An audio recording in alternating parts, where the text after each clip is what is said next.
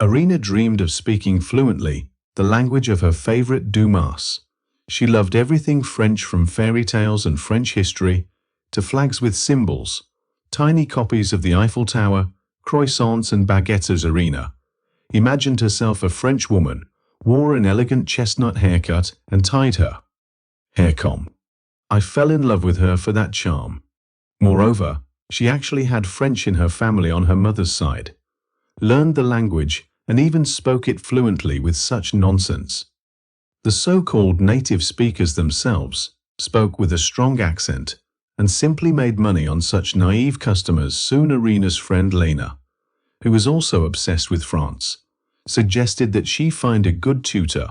Of course, his services cost much more, but as a result it was decided to look for a candidate among the university teachers. Quickly found a young guy who lived and studied as an exchange student in Paris. The girls rejoiced at such a prospect and they asked him for lessons.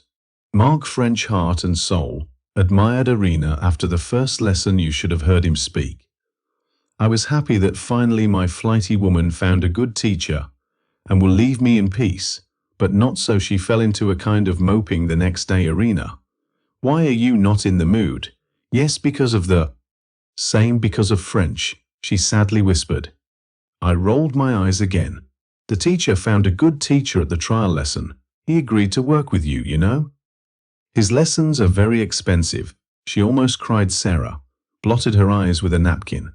And I can't afford them for a couple of days. She walked around the house like a ghost, sour expression, slouching back, slack-jawed stare. Of course, I conceded so that my beloved could study. Here's the money for the month.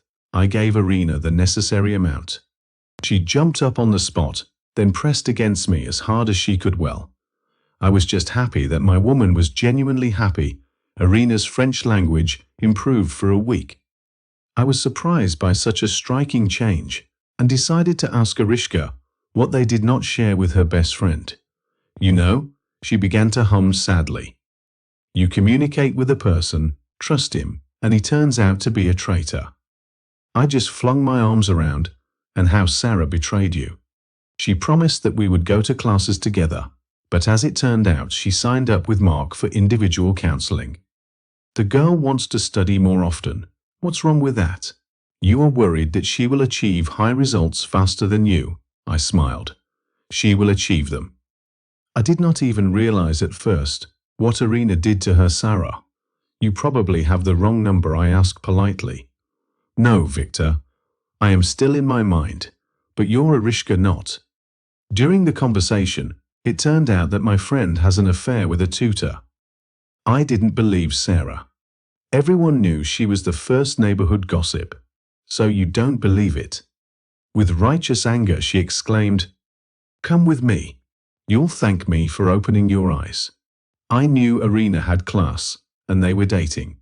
I didn't want to test her, but Sarah was so sure she was right that I agreed. I opened the door as sleepy Mark came out. Sarah immediately burst into the apartment and ran to the far room. I heard the sounds of a fierce fight, squeals and screams. I understood everything, but I went through and saw a half-naked Irina clutching her best friend's hair and turning to her with swearing, and interestingly not in French. What the fags did not share, I asked with disgust. Sorry.